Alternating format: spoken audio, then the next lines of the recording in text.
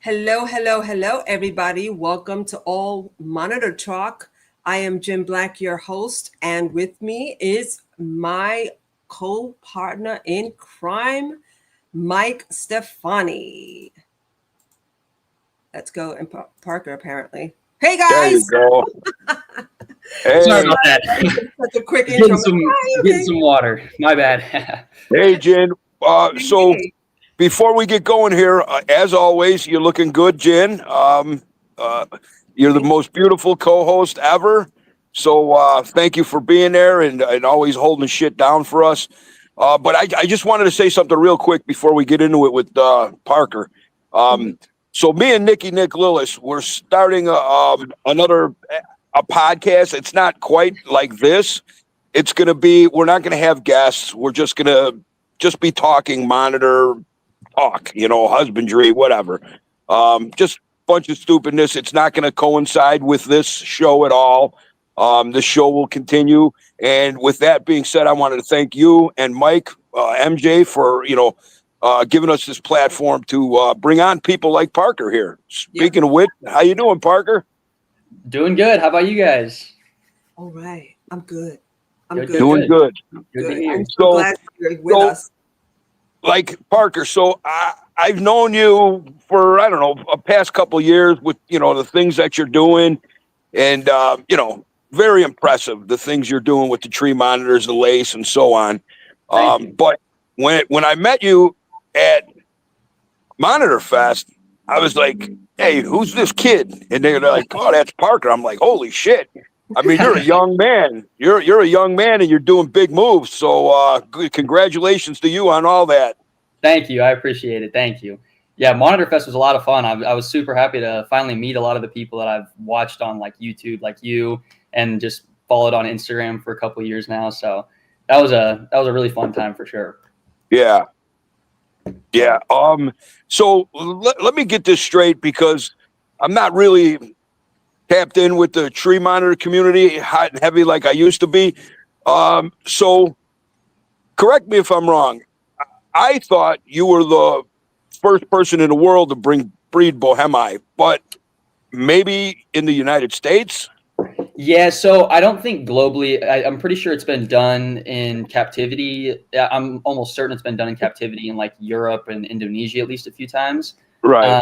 It just hasn't really been documented well, and as far as I know, it hasn't been done in like a long time.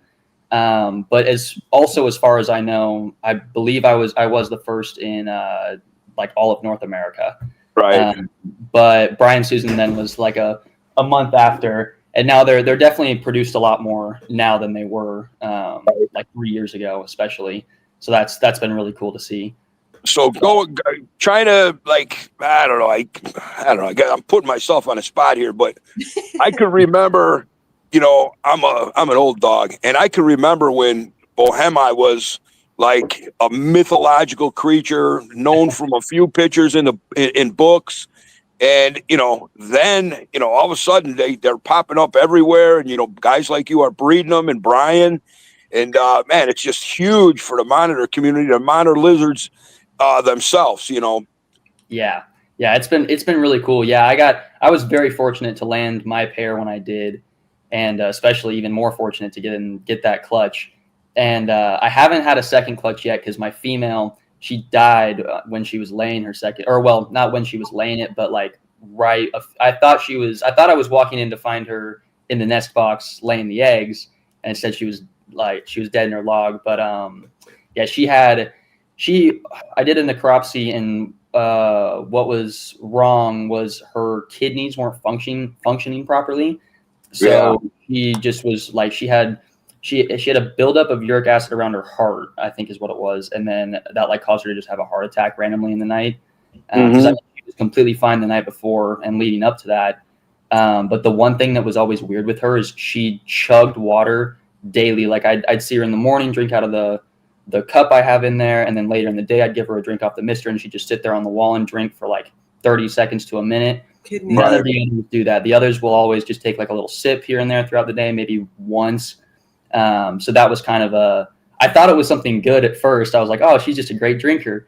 But then after everything happened, it kind of made sense that it was because she just never could retain that water. She was just always dehydrated. Right. Well, you know, that's common with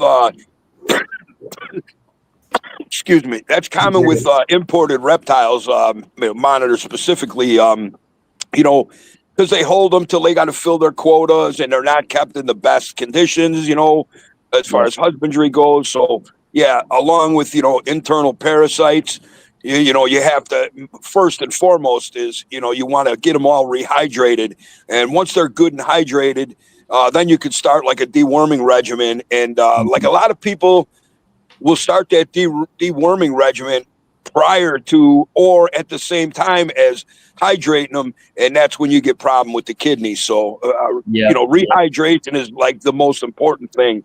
But at any rate, when people say, oh, I'm so upset my animal died, and it's 90% of the time it's due to reproductive stress. So it's like I don't know what's the term they say. It's like it's just part of the process. It's an evil you have to face to do what we do. So you live and you learn, and so as long as you learn from that experience, you're well on your way. She showed up to me just pretty rough, in a pretty rough condition. So the damage seemed to have already been done, probably, I would guess, probably from the whole importation process, especially for the boami, since they have such a long journey from the Wago Islands all the way to New Guinea, then they go down to Indonesia. So I mean, I'm sure there was times there where they were out just bad conditions. But hopefully I have 2 more pairs now, and then I held back my whole clutch from that first clutch, and I ended up with 4 females, which was pretty cool. That is cool. Yeah. So I'm letting 1 female go right now. I've got her for sale on Morph Market, but I'm going to keep the other 3 probably forever. And my oldest female boami, one of my wild caughts, she hasn't been eating for like a month now. So I'm thinking I'm getting really close with her and her male, her mate locking. So then that'll be a completely unrelated bloodline to the babies I already have. So fingers crossed that it goes well. But yeah, very nice. I mean, that's pretty much where I sit with my Tojis right now.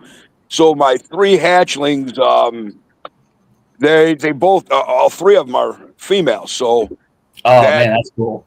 It is cool because I do have other males, but so it kind of messes me up because I would love nothing more than to say the next clutch is, my F2s. However, since all of my females are captive born and my males are wild caught, I don't even know how I would classify that. I'm going to call them F2s because of the female, but truly it would still be part wild.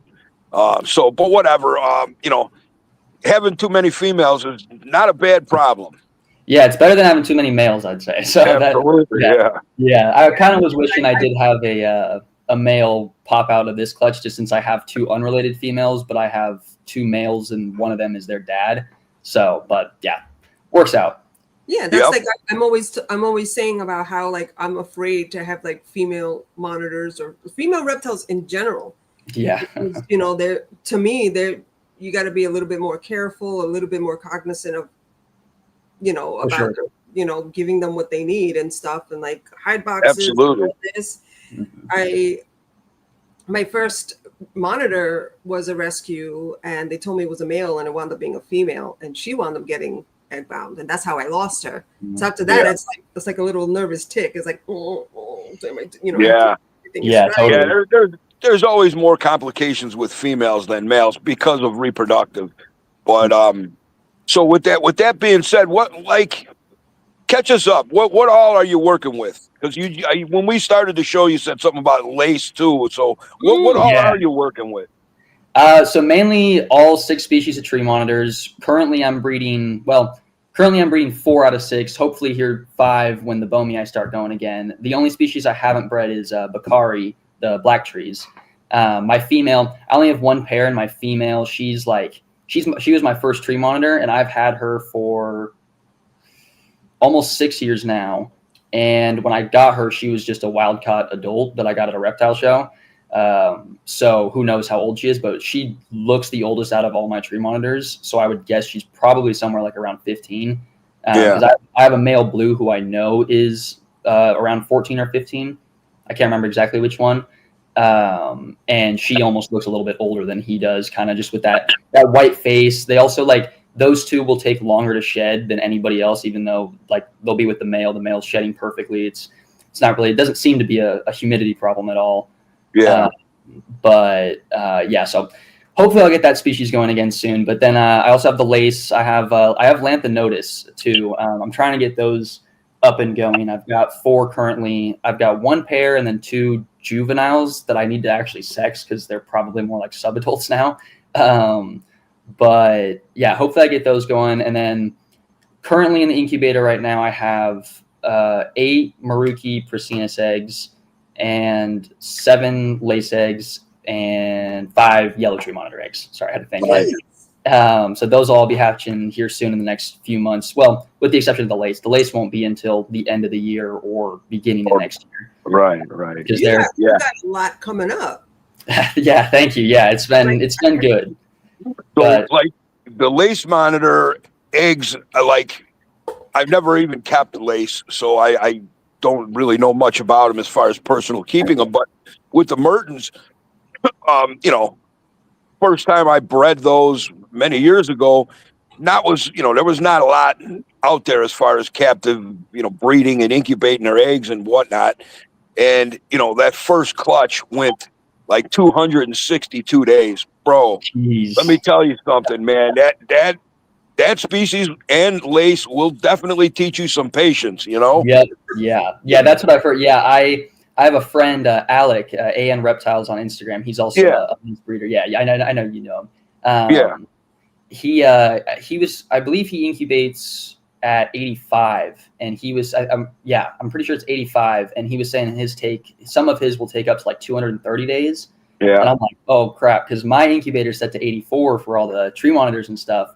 So it's probably going to be even a bit longer for the lace than the 230 days. So I'm gonna have to just wait and see. But yeah, it'll probably be a lot of pacing.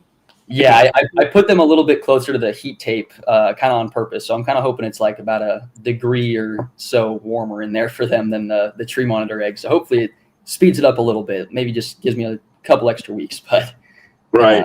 But yeah, that's crazy.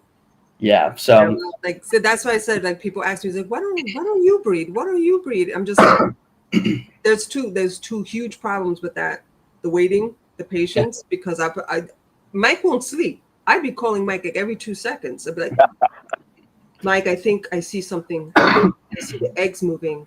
And he'd be like, you're not seeing? No, Jen, the eggs are not moving. Mike, they're waving at me. And he'll be at that point, I would have to tell you, Jen, you need to get some sleep because you're hallucinating. Yeah. And then I'll be like, once they do hatch, I'll be like, I'm keeping them all. They're all my babies. And I'm just like, yeah. I won't make a dime. I'll probably wind up in a psych ward. Will have to set me up special psych ward podcast time. Yeah. Well, the funny thing is, everybody's that same way. After you do it a while, you realize you can't keep them all. Of course, in the beginning, you want to keep them all. But as far as making money goes, man, I don't care how many you produce. You're not going to make money because, when you calculate in your time, the electric bill, food bill, and, as often as they do breed, when it's all said and done, I don't feel you really make money because, the electric bill comes every month. The food bill comes every month. The eggs aren't hatching every month. So, it can be discouraging as far as making money with breeding these things. It's not like snakes and whatever. Yeah, but it's also the uncertainty.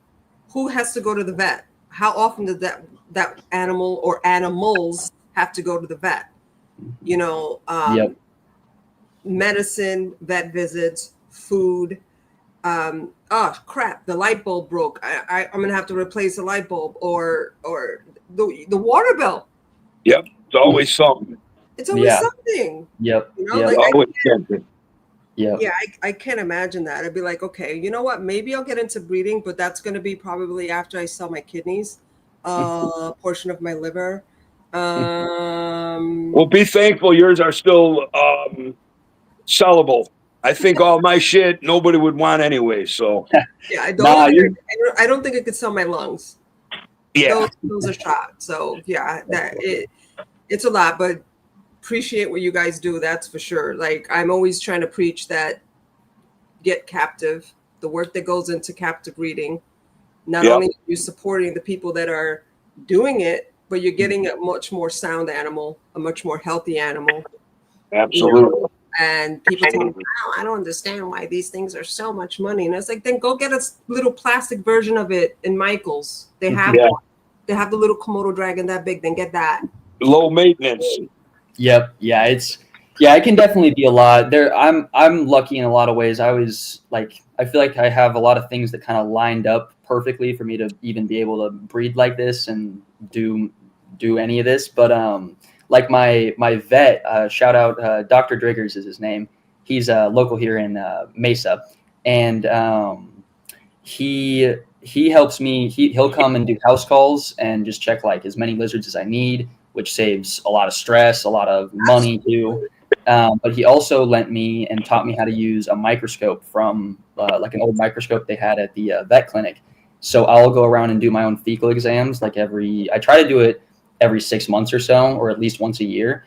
And then I'll just take pictures of anything that I see that looks suspicious, and I'll send it to them, and then they'll tell me what it is and if I need to treat it or watch it and how I should proceed, basically. And that has been a huge saving grace for me for sure, because it helps. Absolutely. So Yeah. with that being said, Parker, you're a young man. Are you in school? Do you have a career already? You know, what field are you going into? You know, what about your background? I was in college. I have I have a few years done in college, and then I dropped out basically, and now this is pretty much what I do full time for the time being. I have some other things I'm working on, but yeah, for right now, this is basically my full time job. And it's, Yeah, I thought maybe with the microscope thing that you were like maybe a vet, in a vet tech field, because I have two daughters that are vet techs, and like you're saying, they have access to veterinarian care, qualified is, and a huge shout out to Dr. Scott Stahl. He's one guy I conversate with, and Escoban Barajas, who's right out here in Wisconsin. And, so it's good to have, relations with your vets, especially if you're on a level where they can trust you to look under the microscope and maybe come up with a diagnosis on your own. Yeah. It's really invaluable with the monitors, anyways. Yeah. Yeah. That being said, of course. Oh, sorry. No, it's Go okay. ahead. I have like my two monitors. I take them for their annual visits, and you're looking at just the visit, blood work, fecal exam. Like, Yep. You're looking at almost $1,000 there because it's two monitors. It's not one. Mhm. Yeah. And they're on the bigger side, Yeah. but it's still costly. And with that being said, so vets are expensive. When you're getting wild caught animals, you're gonna need a vet. Okay. Absolutely. So when these people see, for example, a peach throat for $300, and then there's captive borns for $1,500, and they're like, "Oh, why would I pay that when I could pay $300?" Well, because when you bring that to the vet, you just walk in the door, and now you're up another $5, so you're at $8. Now, by the time they put hands on it, you're up another $5. Now you're at $1,300, and then your meds and the vet visit and everything. You might as well just buy the captive born. Yeah. And with all that money being spent, you still may lose that wild caught animal where your captive born is way ahead of that curve. Yep. Exactly. Yep. But Yeah, again, people are only thinking for that moment. Mm-hmm. You guys, as breeders, are always thinking ahead. You're a few steps ahead of everything. Well, when you're doing this long enough and you've lost enough animals, you quickly realize that solution is to buy captive born. It's just, and that's us. That's Parker, me, Brian Waterloo, Nick Lillis, Jen with your animals. We're and like, I don't know, not to sound derogatory, but we're like stupid like that. But it has to be done. Not everybody is going to do that, and you're going to lose animals. So and that's the situation too. Like mine are captive bred, okay, and thankfully the only issue I've ever had was Newt getting his foot infected, and it swelled up, and I had to take him to the vet and things like that. But that in itself was over $2,000. Yeah. Because it's not one visit. Yeah. You're gonna go, and like Mike said, you're gonna go. They're gonna look at it. There goes that charge. To take blood, there goes that charge. To get X-rays or whatever the case, that's a whole different ball game. And then you have to go back to make sure that the medicine took, that the antibodies are where it should be. So that's a captive bred animal. I can't even imagine what the cost would be for a wild caught or a farm raised animal that is showing signs that something's not right. And then most of the time is what? Upper respiratory infection or something like that. And you take it in and it's like $2,000 after the fact. And most people, and I've heard this before, most people don't even do the follow-up visit. Yeah. If they just get better, then they're just like, they just assume that the lizard's better, and they don't. Yeah, and it's like, no, you have to go back. You have to see where the immune system is at. You have to see where the kidneys are doing. Yeah. So Parker, let me ask you, because you're a very young guy, and I find that, I'm getting old, so it's a beautiful thing that you're so young and you have your whole life ahead of you and whatnot. What started you? Give us the story. Okay, everybody usually plays with the little plastic dinosaurs in the mud puddles, and then they catch local animals in their yard or whatever. Give us a walkthrough on how it started for you, and then the story of when you first decided, okay, tree monitors is what I want to do. Go ahead. Yeah. So, the classic story when I was a kid, like when I first learned to talk, I had this big dinosaur dictionary that had all the Latin names, and I knew all of them, and I had a big tub of dinosaur toys. Always loved them, but then growing up, I always wanted a bearded dragon, and I always begged my mom for a bearded dragon, and she always said no. And then when I was 16, I had my own job and my own car and stuff, and I was like, I could just go drive and buy myself a bearded dragon now. So I asked my mom first, of course, and she said it was fine since it was my own money. And I went and got my first bearded dragon, he's over here next to me, and he's sleeping right now. Otherwise, I'd pull him out. But he was my first lizard ever. Still have him to this day.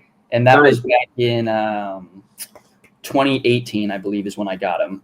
2018 or 2019, one of those two. And then from there, I didn't really plan to like make reptiles a job or anything. I honestly really didn't even know much about the reptile hobby at that time.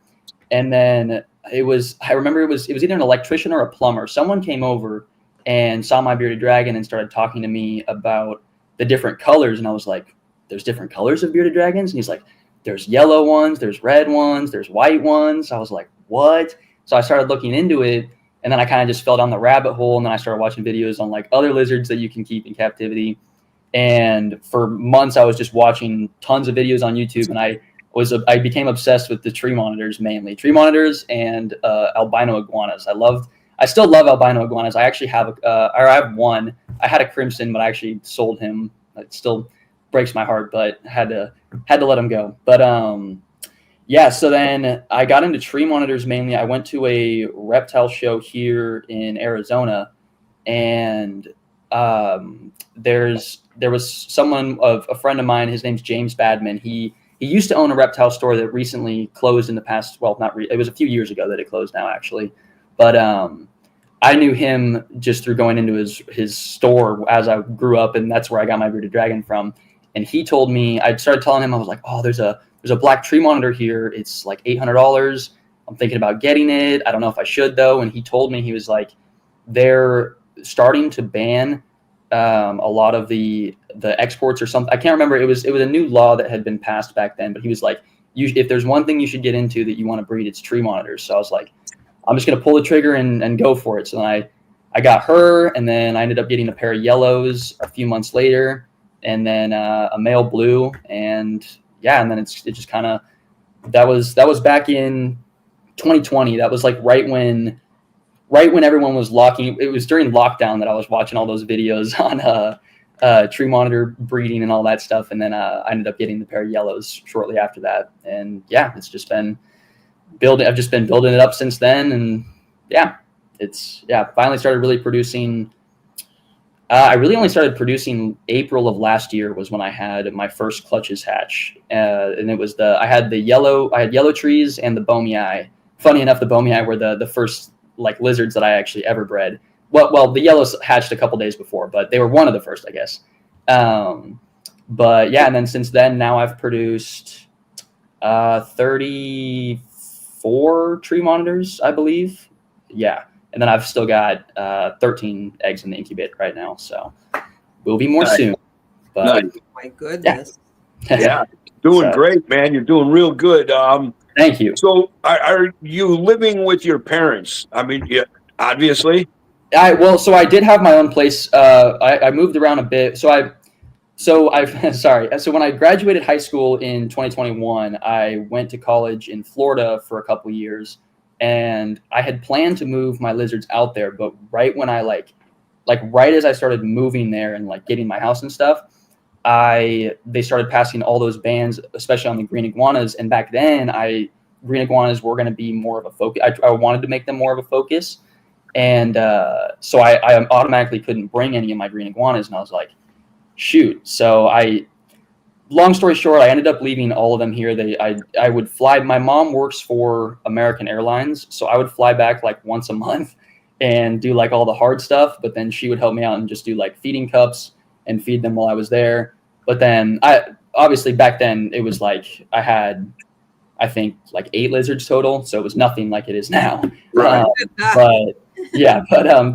So I did that for a while. A lot of things happened. I ended up really just wanting to come home, especially because I hadn't checked on the tree monitor market in a while, honestly. And then suddenly I loaded up Morph Market one day, and I see blue trees are selling for like $4,500 each. And I'm like, wait, what? And so that it clicked that that thing that James told me years ago actually was coming true, and the prices did jump on them. So I was like, man, I got to get home and like actually start trying to produce these things. So not that I didn't, obviously I wanted to produce them before that too, but just obviously I'm realized I can't just be sitting on these now, living in Florida when I should be doing something with them. So that's not the primary reason I moved back, but I ended up moving back, and and then I just kind of really started to get into trying to breed them, put my heart and soul into it, and then it finally started to pay off. I kind of lost my train of thought there at the end, but me and Michael we do that all the time. But it was definitely a big change. But that's where I was. Sorry. So when I moved back, I then had my own place for a couple years. I also lived with Mason Barnes, who I know you know. We were roommates for about a year. And then after that, I moved back in with my parents for now. And now I'm just trying to kind of sit here and save my money until I'm ready to then buy a house. And then I can, get all my lizards finalized in there. And then, so that's. Well, I got it. So how old are you, Parker? I'm 22. Just turned, my birthday's in May. So. Well, you're 22, and it's fantastic to think, you're 22, you're doing great things now. What lies ahead for you and for our beloved monitors, which, not a lot of people talk about that. It's like, when I see the albinos on the market and people, producing hybrids and stuff, it's like, man, dude, it hurts me because I've been doing this shit for so long that, I've seen how things happen with hybridization and these color morphs. And it's, some people look at it as, hey, it's the community. It is the community. Yep. And the community is great. I don't have a problem with that. I do have a problem with hybrids, unnatural, like not naturally occurring color morphs, and what that's actually doing. If it's if it's changing color and pattern externally on an animal, and it's beautiful. Everybody gets all trapped up in that. But, genetics just doesn't work on color and pattern. There's other things that genetics affect: eyesight, heart rate. There's a lot to it. And I've seen the nightmares of hybridization, and I've seen the nightmares of color morphs. So and again, I love these animals so much that I wish people can see, the natural beauty of these locales and everything else, and not to cross locales, but to keep everything how nature has intended it for the long term of these animals. If we're creating hybrids and they close down the Philippines, for example, and now you're like Australia, you're not able to get new blood, and the United States is loaded with nothing but freaking hybrids. Well, that's great and everything, but the natural order of that animal is gone, because they're no longer exported. So where do you sit on the hybridization and color morphs and whatnot? I want to know your take on it, Parker. Yeah, I 100% agree with everything you just said. That's actually what started. That's why I don't breed green iguanas or albino green iguanas like how I once wanted to, because when I first saw them, I was just ignorant and I was like, oh my God, they're so pretty. I want to just breed them because of that. And then after I got my first albino was when I really started to see the eyesight issues, which is especially a big issue with them. Yep. For example, whenever I feed my big adult male, I feed him on a big tray, and I have to kind of scoop it all up in the middle, and he'll walk up and he'll just bite completely. He'll just bite all the air around it 3 times and until he finally gets it. It's funny to watch, but it's also sad because it's this is not how this animal should be. And it also creates a lot of issues where he's just super inactive. It makes them super, the whole thing with albino iguanas that really also made me want to get them is almost always they're super tame. Reason being is because they can't see. So if they can't be scared of what they can't see. Well, that being said, it's I like when people take a wild caught animal or a newly acquired animal and they put it on their belly and they're watching TV and they go, oh, look, he loves me. He fell asleep. Yep. No, that's dude, impressive. He's closing his eyes so he doesn't take in all the stressful things that are happening to him right now. And, people don't, these aren't toys. And with the color morph and stuff. So like I said, the genetics change the color and pattern. Great. But internally, after breeding these generation into generation, the insides are changing of that animal as well. Yep. Exactly. We don't know a lot about it yet, but it's coming. I mean, head structure changes almost immediately with these, with these color morphs. Their heads are wonky. They're a little different. They're more pointed snout with their eyes set really high on top of their head. That's how my crimson was. My crimson albino iguana, he had a smushed face and he had big old bug eyes that just, it just looked way different for sure. Right. So with that, so now we've touched on color morphs, and I'm glad to hear you say that because I really try to rally, the people in this community who are making moves and doing things. I try to get them to see my point of view on this. Now, however, let me say, so there's a lot of natural occurring color and pattern morphs. If it works in the wild, then I don't have a problem with it. But if there's a reason you don't find, colonies of albino animals, it's, they're picked off, they're preyed upon, they're easy targets. And in my opinion, I'm a strong Christian. In my opinion, that's Mother Nature, God's way of pulling that crap out, so it doesn't continue. And when I see people in captivity just doing it, it's like, oh my God, when are you going to learn? So I just sing them praises. And now how about a hybridization? Oh, wait, give me 1 second. Because I want to introduce people before I forget. Yeah. Josh Sweet has joined us. We have Exotics A1 Pets. We have our buddy from Unlimited Exotics, Nicky Nick. Oh, yeah. Amy's Reptile Adventure. Hi, Amy. Pythons, Pete. Hey, Pete. Dan Nardini. Dan. And we also have a super chat from our boy, Brad. Hello, Hey, Brad, and thank you so much for your super chat. much love, Brad. Hey, and I don't know, Brad, just to give a shout out to Brad, he's got a baby due any day now. I So know. Oh yeah, congrats. yeah, Yes, yes, That is congrats. absolutely, absolutely. All So right, go. on to the hybridization. How do you feel about that? Yeah, not a fan of hybridization really either. I mean, I get it if it's like a necessity thing, kind of with the whole like the Cyclura Lewisi hybrids. Like I get Yeah. how that one's kind of like a necessary thing, but now, you know, continuing that isn't so much necessary. I'm definitely with you, especially even with locales. I like to keep them pure and just like Yep. how nature intended. That's been my newest goal with the tree monitors. Is I now have a pair of Jayapura Persinus, and then the eggs already incubating from the Maruki Persinus. And then I also have a sarong female. I just need to get a male for her. She's still kind of young, so I'm just kind of taking my time with her. But yeah, ideally I want to have all three separate locales, or at least the three that are mainly recognized right now. I know there's talks of other Right. ones potentially being classified, but yeah, I want to really try to keep. I like to keep things as nature intended, just like you said.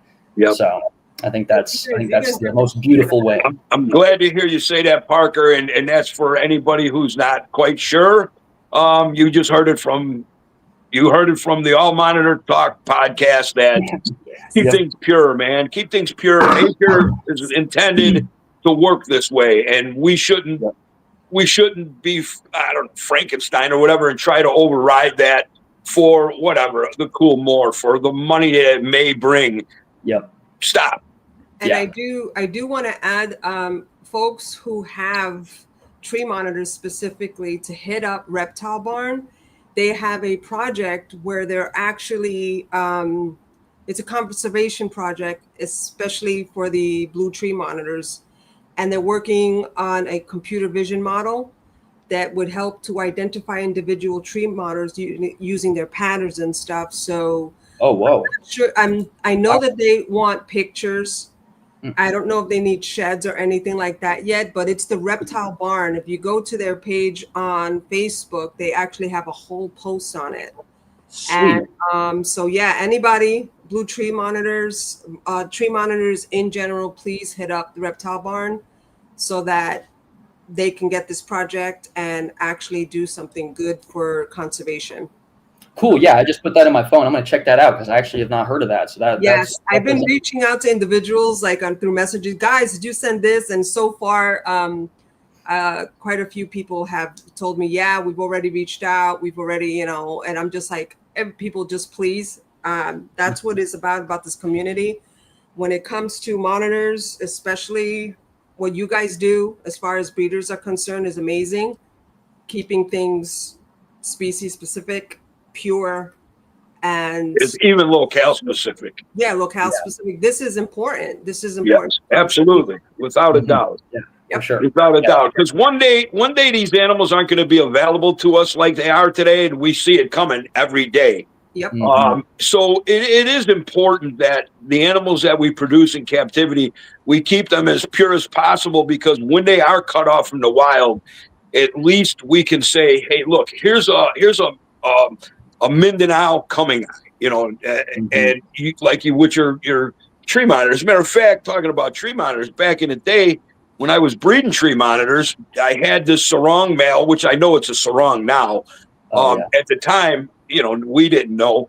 But I called him G Monkey because he was so tame. He would literally sit on my shoulder like a parrot, and I could go out to the park with him. That's But awesome. I had gotten a few others that, back then we just scratched our head. We didn't have the information that we do and the internet where you could talk to people overseas and whatnot. But, now that we're talking about this, G Monkey, I tried to get him, many females back in the day, and they always turned out to be a male. And so to me, I loved the sarong Persinus. Beautiful. However, I seen Mason. I don't know if you got your Maruk from Mason or if Mason has them as well. He has that. So he brought in, his are a different bloodline actually. So he brought in 3 males from Europe, somewhere in Europe. And then my pair actually was the pair, or it's not, it was one of the pairs that Spotlife, Brian, I forget his last name, drawn a blank, shoot, but Spotlife PZ, he's mainly on Facebook, but he was the first person, as far as I know of, to breed pure Marukis here in the U.S. Man, they are stunning, man. They are stunning. I love them. I'd probably honestly, I love all tree monitors. Like, it's hard to even say which ones are my favorite. Well, it's not hard to say. The Bomei are definitely my favorite, but it's hard to say that I love them all so much. But I would probably put Prasinus lower on my list, unless we're talking about Marukis. Then I'm definitely putting them probably second to only Bomei. Right. But, I also really love the Jayapuras. I think a lot of people count them out, but man, they're cool. Especially both of mine are like solid green, and it's really cool to see. It's quite different. So hopefully I can get some good babies from that. The whole contrast thing, like, again, like, I know people that are trying to actually cross breed tree monitors and things like that, and I was like, why? Yeah, like, you have such a contrast, like it's like a Crayola box, pretty exactly. much. And there's already so many different colors of them and stuff too. And the funny thing about it is the patterns. The funny thing about it is, back in the day, again, I'm almost like a hypocrite in this. I didn't set out to do it, but I couldn't find a female for my Sarong Prasinus G Monkey. So I was cleaning out my Bakari cage one day, and I had a couple females in there cycling. And G Monkey, he jumped off my shoulder, and he went in there, and he locked up with one of the females like instantly. So I've been trying to get him laid for years. And when I seen him having a blast, I was like, yeah, go at it. What are you going to do? So a month later, when that female Bakari laid the clutch, I just figured it was, Bakari. So I put it in the incubator, and they hatched out green. So I knew he got the job done. However, I could tell you that these crosses and hybrids like this, they never look better. They never look better. So if you're not enhancing something, there's really no reason to do it, and you're muddying everything else up. So stop it. Totally agree. Yeah, I totally agree. Yeah, I've seen that video of yours on that situation that happened with. I've heard you talk about that before. Yeah, for sure, with the Bakari. That's pretty cool. It's things like that. Like back then, I mean, obviously, I'm not going to be like, oh, you shouldn't have done that. Things like that happen. That's how we learn. That's how we know what happens when you actually hybridize them. So right.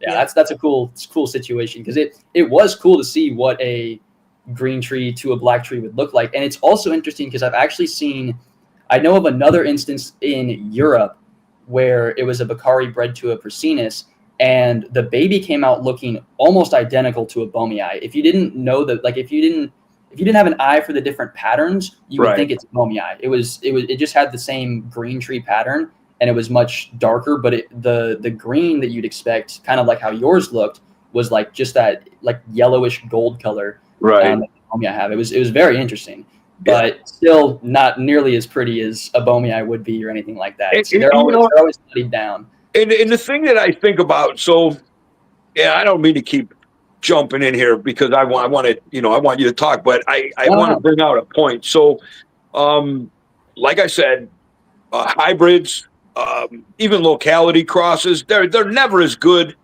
as the real thing. So, if you're gonna, people say, like with the albino, which is just something that it just really gets me, man. I mean, it just gets me because you would never see an adult in the wild. Okay. So there's a reason for that. So when I see people, reputable people saying, I'm trying to breed a smaller growing albino water monitor.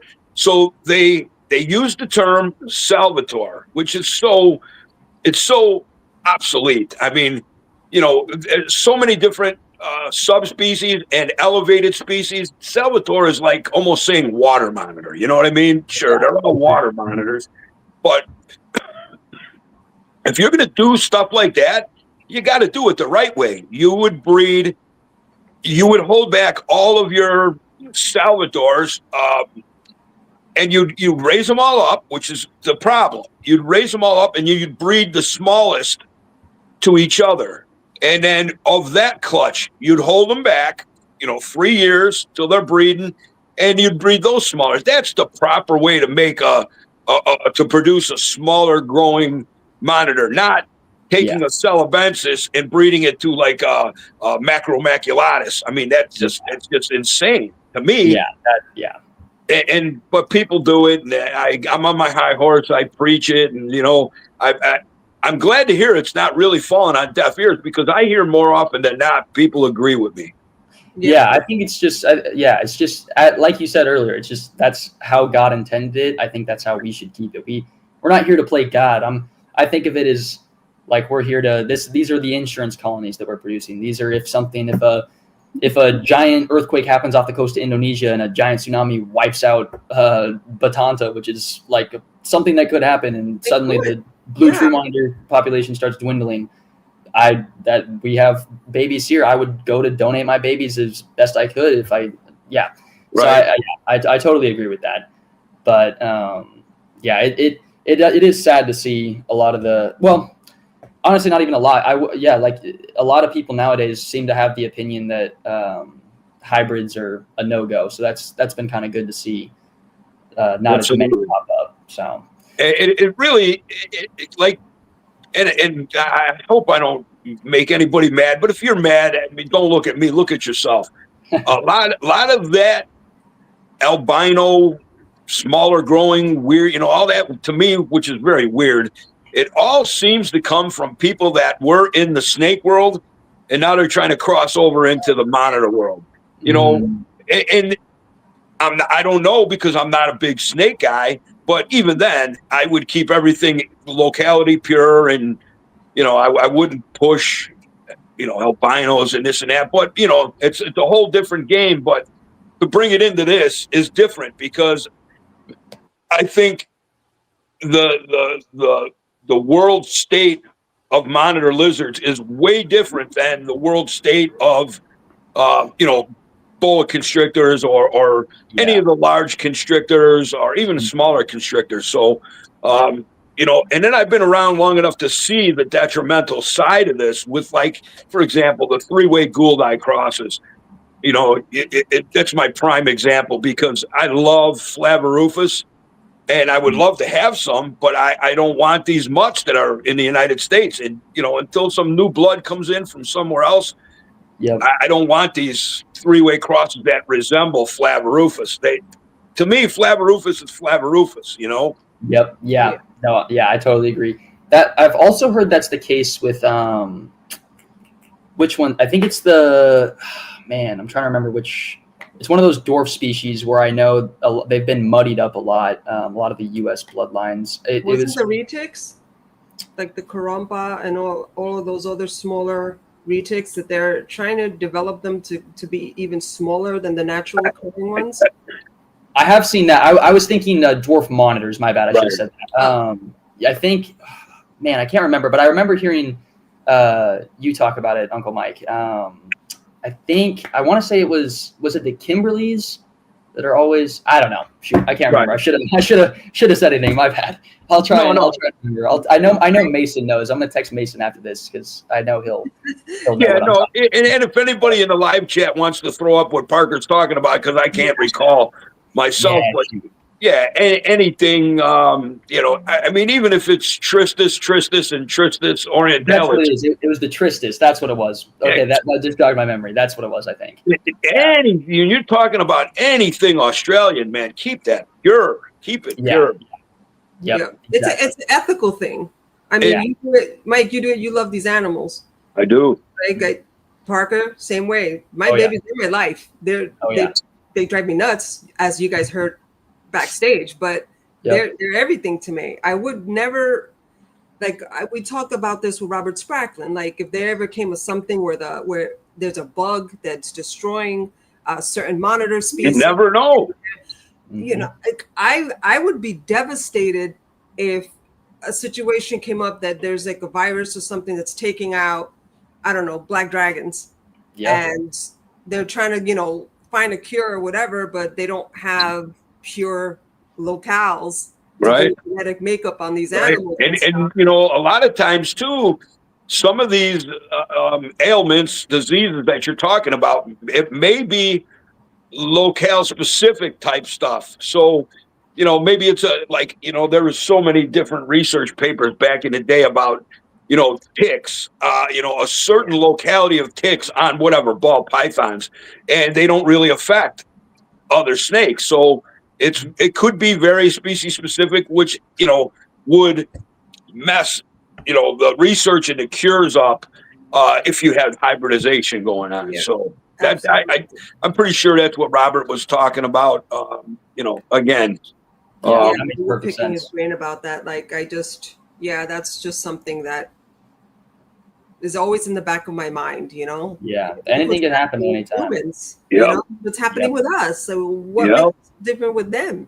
Yep. Yeah. They're So- on the planet too.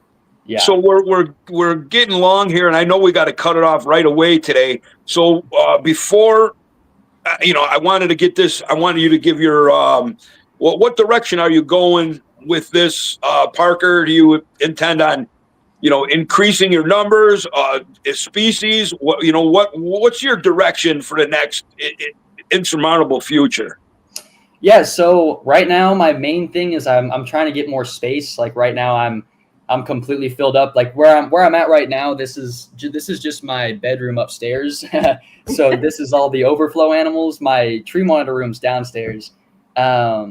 And yeah, it's filled to the brim now, and I've got babies now that are getting pretty big, so I've got to upgrade them soon. So trying to get more space, but then when I get more space, definitely I'm going to just keep adding to the bloodlines that I have for the tree monitors. That'll always be my main focus.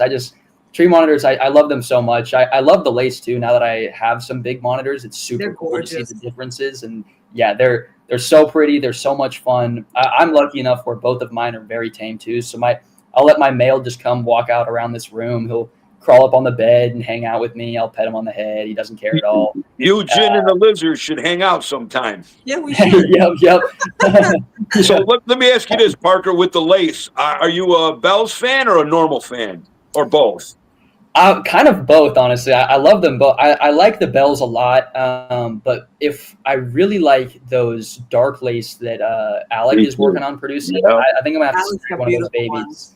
Yeah, they're so cool. I also really love the blue ones too. The really bright blue ones that I think Brian Waterloo is really working with those right now. Yeah. If Yeah. I'm not Yeah. mistaken. Yeah, those- Brian has some, you know, funny story. Brian has some spectacular lace over there, and he's colorblind. So I was there with him, and I told him, I'm like, man, dude, the blue and the pink on that animal is insane. He goes, it ain't pink. I'm like, no way. dude, they're pink. He goes, well, I'm colorblind, so I don't know. I'm like, yeah, they're pink, bro. Trust me. So pink and that's blue hilarious. and black. Yeah, he's got some amazing animals, man. Yeah. Yeah, He it's does, it's, yeah. it's because of Waterloo that I actually like see the differences and stuff. Like when I look at lace monitors, I just think of Waterloo. Yep. And damn. so a few years ago, Brian had produced. I'm like I said, I'm a normal lace guy. I like the darks. He produced one that he was calling like a tiger, and this thing was it was straight up beautiful. I think Alex has that animal. Alex. You know, I know exactly what one you're talking about because I've seen it from Mason and it looks like a tiger because it looks orange. It's like orange and black and it's got so perfect stripes all over it. I know exactly the one you're talking about. Yeah, so beautiful. I'm trying to remember who has that. I don't want to I speak. think Alec has it now. That's okay. That's what I was gonna say. I'm pretty sure Alec ended up with it because I know someone was supposed to get it and then Alec ended up with it like last I saw. And man, that thing is beautiful. As soon as he starts producing something from that, I'm gonna have to snag a couple babies. You're gonna need a bigger room, kid. I know. Yep. Especially for the lace. That's the thing about the lace too is it's really shocked me how it cost me almost as much to feed. Yeah, it cost me about the same to feed the two lace monitors as it does to feed like 50 tree monitors. Absolutely. The roaches, I mean, I get 1,000 doobie roaches for like $150 and that'll last me a month.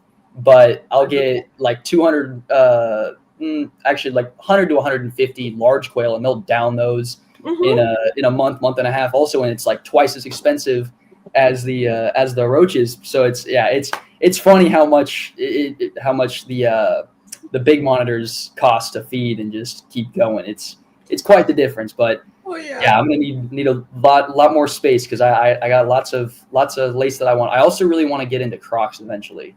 I do want to produce crocs, but I want to have like a lot of space, like a 20 by 15 cage or something like that. Well, you ever see that meme on Facebook, and they use it for snakes, monitors, mechanics, hunting guys, gun guys, where they show this big blueprint of like a house, and the house is this tiny little postage stamp. You got the brick house? Yeah, and everything else has a greenhouse attached to it. I can imagine you're going to be living like that, Parker. Yep. Yeah, it's about to get like that even in my bedroom. Like right now, I only have I had to just move some of my Bomei babies up here, and I'm also getting ready to build another enclosure around my bed. So I'm gonna have to start squeezing in and just barely fitting on my bed. So let me ask you, Parker. It was great to see you at Monitor Fest. Monitor Fest. Thank you. Monitor Fest 2026 is the 5th year anniversary. And man, I hope you can come back again, man. Everybody loves you there, and you're very impressive. You better be there because I'm going to be there. It's going to be my first Monitor Fest. So yeah, I will be there. Great. Looking forward to it. Yes, awesome. I'll steal my cart and we'll just roam around with it. Yeah, perfect. So, Brian Waterloo is the host of Monitor Fest, and for the 5th year anniversary, which is, I love Monitor Fest. I love what Brian does with it. It's great. I try to promote it as much as I can. It's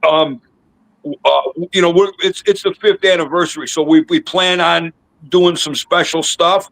Sweet. And you're definitely a good guy in the community, and we'd like you to be part of it. So. Thank you. I appreciate it. Yeah, I will definitely be there. I would love to. It was a lot of fun last time. I was super glad I came.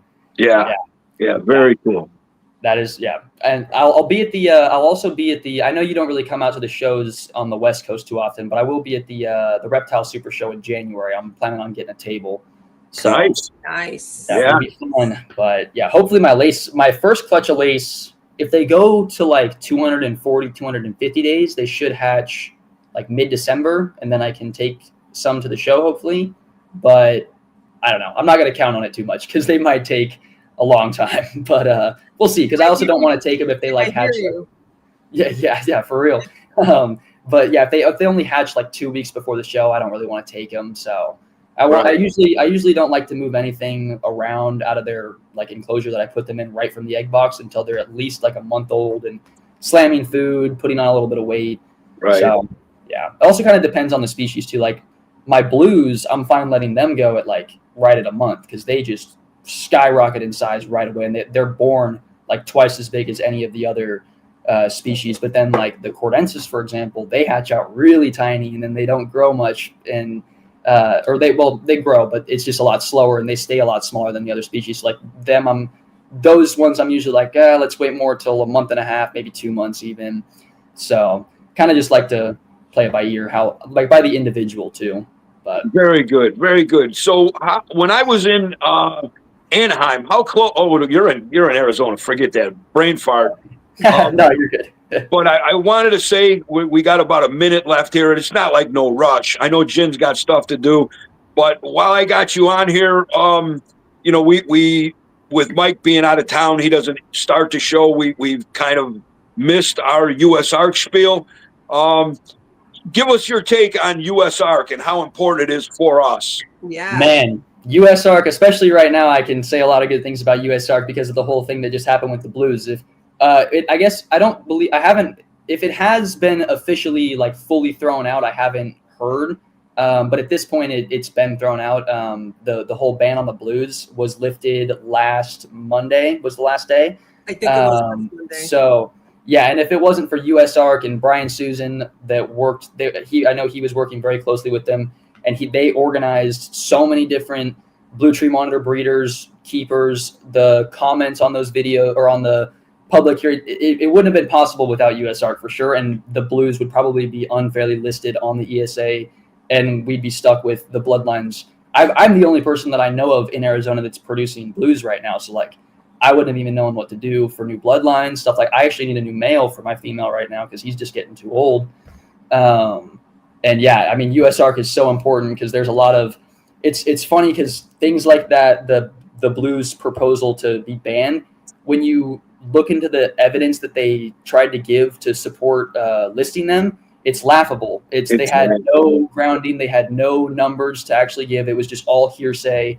And without USARK, some of that stuff could never be brought to light, and we'd allow the government to just kind of trample all over our rights in certain senses with the animals. So, unfortunately, in this day and age, with the internet availability and everything, we do have a lot of what I call, and I can call them a lot worse, but this is my podcast appraisal of it, is they're just like the fun police, you know. If you're doing good and you know you're being successful with these animals, I think it's really like a jealousy thing, and they just don't want you to be successful. They're trying to keep us down, especially here in America, like to keep us down and under rules and under thumb. And it's like, I don't know, these are animals, man. I mean, if they're already out of the wild and we're producing them in captivity, well, that takes pressure off of wild collecting these. Why buy a wild caught when you have, you know, captive-born available here? Then to put it, you know, you can't go over state lines with them. That's literally like slapping you in the face. It's like saying, no, you're going to do what I say. It's irritating. And old Uncle Mike, whenever there was a rule put on me, it's like, oh, so I don't know if I'm wrong or something's wrong with me. But when there's like a rule put on me my whole life, it's like, oh, I got to break that. You know, I'm just crazy that way, stupid that way, whatever you want to say. But yeah, rules suck like that. And then it's not totally like it's not a rule to protect them. I could understand if it was a rule saying, look, animals are not doing too good, we're going to enforce the rule for the animal.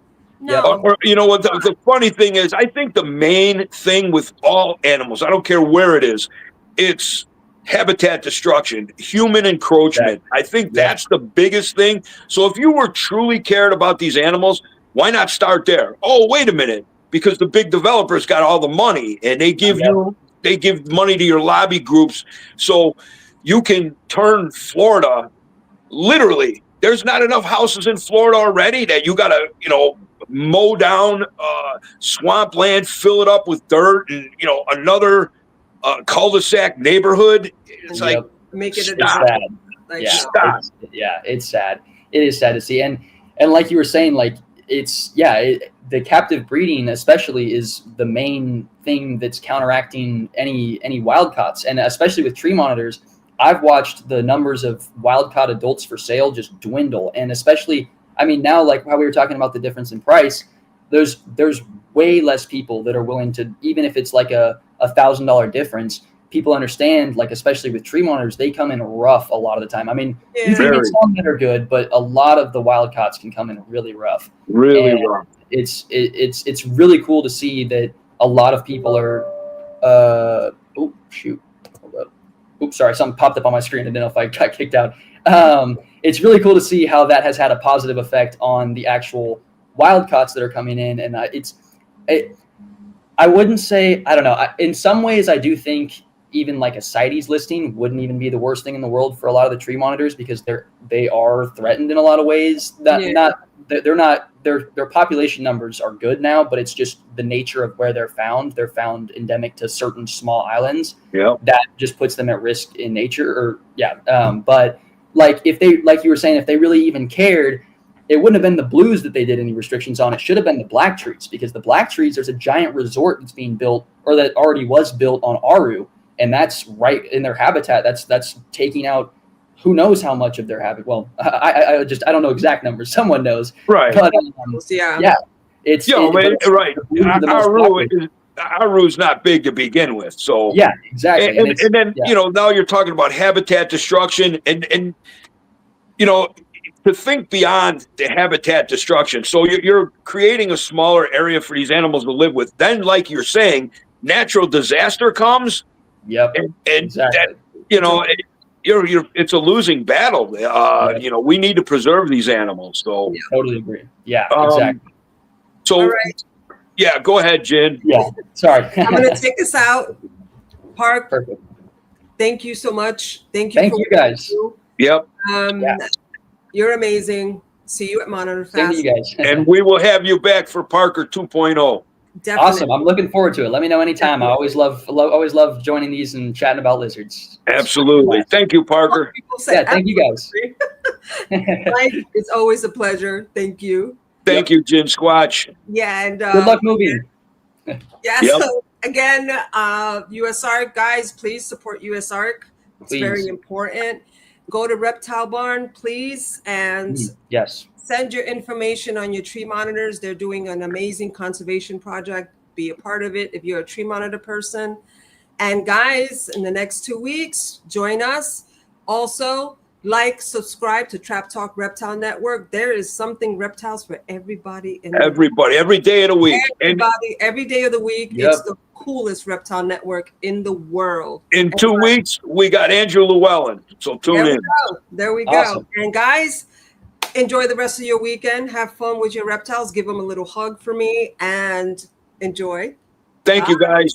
Much love and respect. Thank you.